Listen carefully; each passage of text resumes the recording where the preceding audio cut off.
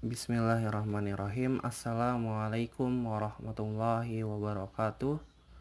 Alhamdulillah, pada pertemuan kali ini kita akan membahas materi tentang fi'lul amri, yaitu fi'il amr. Nah, di sini kita akan mempelajari ta'rifuhu wa siyaguhu wa tasrifuhu wa amsaluhu. Jadi di sini kita akan membahas definisinya, bentuk-bentuknya, derivasinya, dan yang terakhir yaitu contoh-contohnya. Kita akan masuk ke pembahasan pertama, yaitu ta'rifuhu, definisinya. Fi'lul amri ma dalla ala talabin wuqu'il fi'li minal fa'ilil mukhatabi bi ghairi lamil amri mislu ji wa ijtahid wa ta'allam.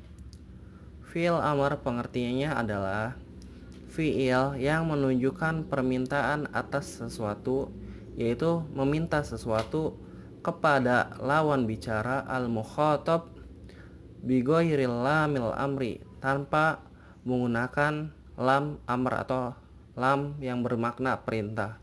Contohnya, ji, datanglah, wa ijtahid, dan berusahalah, wa ta'allam, dan belajarlah. Wa alamatuhu an yadalla ala talabi bisigoti ma'a kubulihi ya ul muannasatu al mukhatabah mislu ijtahidi. Dan tandanya ialah apa-apa yang menunjukkan permintaan atas sesuatu atau meminta sesuatu dengan menggunakan bentuk-bentuk, yaitu dengan menggunakan sigo. Nah, nanti kita akan membahas sigo-sigo fi'il amr. Ma'a kubulihi ya ul muannasa al mukhatabah, yaitu bersama dengan diterimanya ya muannas, yaitu ya yang menunjukkan tanda muannas al mukhatabah, yaitu ya yang menunjukkan tanda wanita yang diajak bicara, yang artinya kamu perempuan. Ya yang menunjukkan arti kamu perempuan. Contohnya, ijtahidi, berusahalah kamu wahai perempuan, artinya yaitu berusahalah kamu, kamunya di sini ialah seorang perempuan. Nah, kita akan membahas sigoh fi'il amr. Yang pertama, sigoh if'al, uf'ul, dan if'il. Wahya as-sigatu al-ashhur lah, yaitu sigoh yang sangat terkenal, yaitu normalnya fi'il amr yaitu seperti ini, yaitu bisa dibilang ini sigoh yang paling terkenal dalam membuat fi'il amr, yaitu contohnya ikro, uktub, udrus.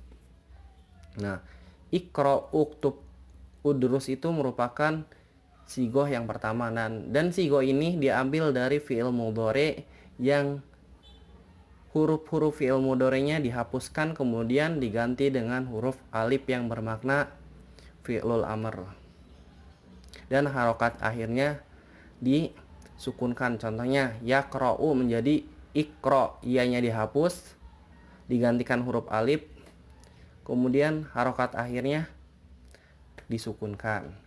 Kemudian uktub, uktub berasal dari kata yaktubu, ianya dihapus kemudian digantikan alif, kemudian huruf ba-nya disukunkan, dan seperti itu. Sigoh yang kedua, yaitu bentuk kedua, yaitu sigoh fi'il mudhari yang kemasukan huruf lam yang bermakna perintah, yaitu lamul amri. Contohnya, la yaktub at-taliba, la yaktub at-talibu ad-darsa, atau liyaktub at-talibu ad-darsa. Maknanya ialah wahai murid, tulislah pelajaran. Nah, di sini sigonya tidak menggunakan huruf alif, tetapi menambahkan huruf lam di depan kata ya atau huruf ya. Kemudian yang selanjutnya, sigoh yang ketiga ialah sigoh isim yang bermakna fi'il amr, yaitu ismun fi'lul amri. Dan contohnya ialah sah ya Muhammadu, diamlah wahai Muhammad. Kata sah di sini ialah isim tapi ia bermakna fi'il amr. Nah, sah bisa juga semakna dengan uskut, yaitu diamlah. Nah, di antara ketiga sigoh ini, yang biasa dipakai ialah sigoh pertama yang seperti ikro, uktub, dan udrus. Nah, sigoh inilah yang kita pelajari di fi'il amr kali ini. Setelah kita mempelajari tentang definisi dan bentuk-bentuk fi'il amr, maka kita akan masuk ke materi selanjutnya, yaitu tentang tasrifuhu, derivasinya. Nah, untuk domir anta atau kamu, derivasi yang pertama ialah uktub. Untuk kamu berdua laki-laki, fi'il amrnya ialah uktuba. Dan untuk fi'il amr domir antum, yaitu kalian laki-laki, ialah uktubu. Kemudian untuk domir anti, kamu perempuan, ialah uktubi. Dan untuk domir antum, kamu perempuan berdua, yaitu kamu berdua perempuan, yaitu uktuba. Untuk domir antunna, yaitu kamu perempuan atau kalian perempuan, yaitu uktubna. Nah, di sini uktub bermakna tulislah. Nah, mengapa hanya ada 6 domir? Kan banyak domir-domir yang lain. Nah, karena fi'il amr itu digunakan untuk lawan bicara. Jadi kata dia, kami, dan saya tidak dimasukkan karena itu bukan lawan bicara.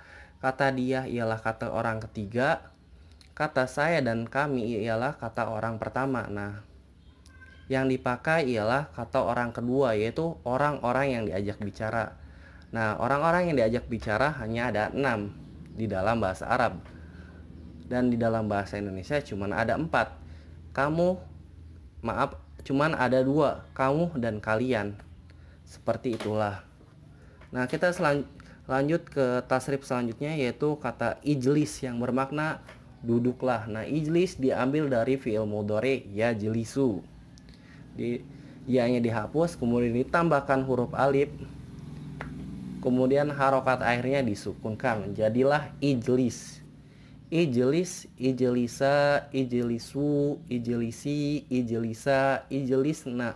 Nah, untuk domir anta atau kamu, misalnya kita ingin menyuruh Muhammad, yaitu seorang laki-laki untuk duduk, ijlis ya Muhammad. Nah, dipakainya ijlis. Nah, kalau kita ingin menyuruh duduk Fatimah, seorang perempuan, maka yang dipakai ijlisi ya Fatimah.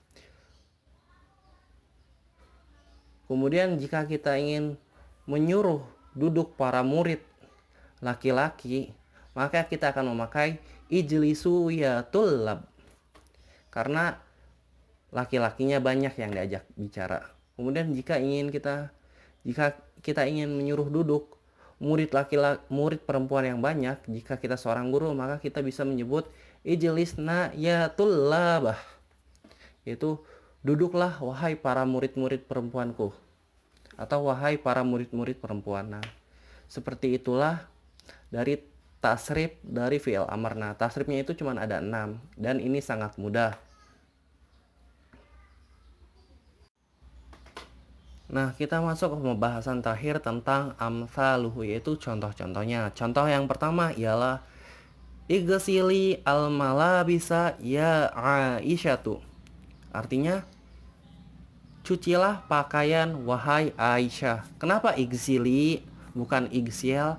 Karena yang disuruh ialah Aisyah, yaitu seorang perempuan, yaitu domirnya anti, maka menggunakan igsili. Kemudian selanjutnya ialah contoh kedua, uktubu ad-darsa ya tullabu. Tulislah pelajaran wahai para murid. Kenapa menggunakan uktubu?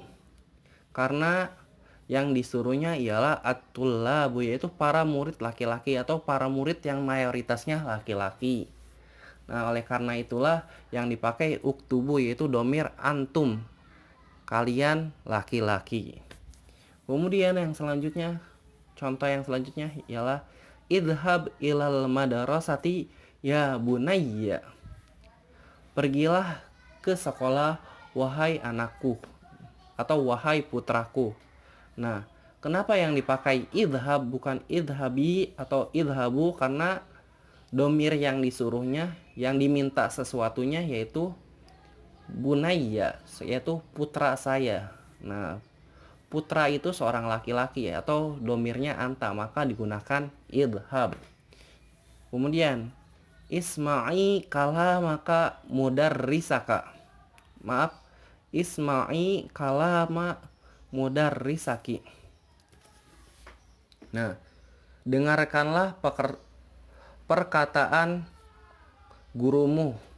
Nah, isma'i, kenapa isma'i? Karena domir belakangnya yaitu mudarrisaki.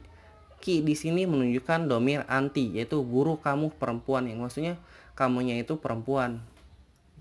Nah, oleh karena itu fiil amr yang di depannya harus menggunakan fiil amr untuk perempuan, yaitu isma'i. Karena di belakangnya ki, huruf kaf yang berharokat kasroh yang menunjukkan arti domir anti. Kemudian irfa sautaka atau irfa sautaka. Nah, kenapa yang artinya kencangkanlah suaramu atau tinggikanlah suaramu?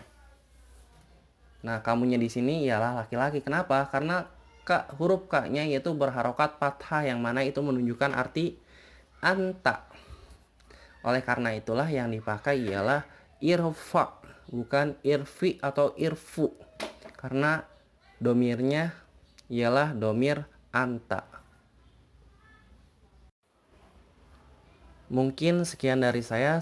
Mohon maaf bila ada kata-kata yang kurang dimengerti ataupun kata-kata yang salah. Akhiru kalam fastabiqul khairat. Wassalamualaikum warahmatullahi wabarakatuh.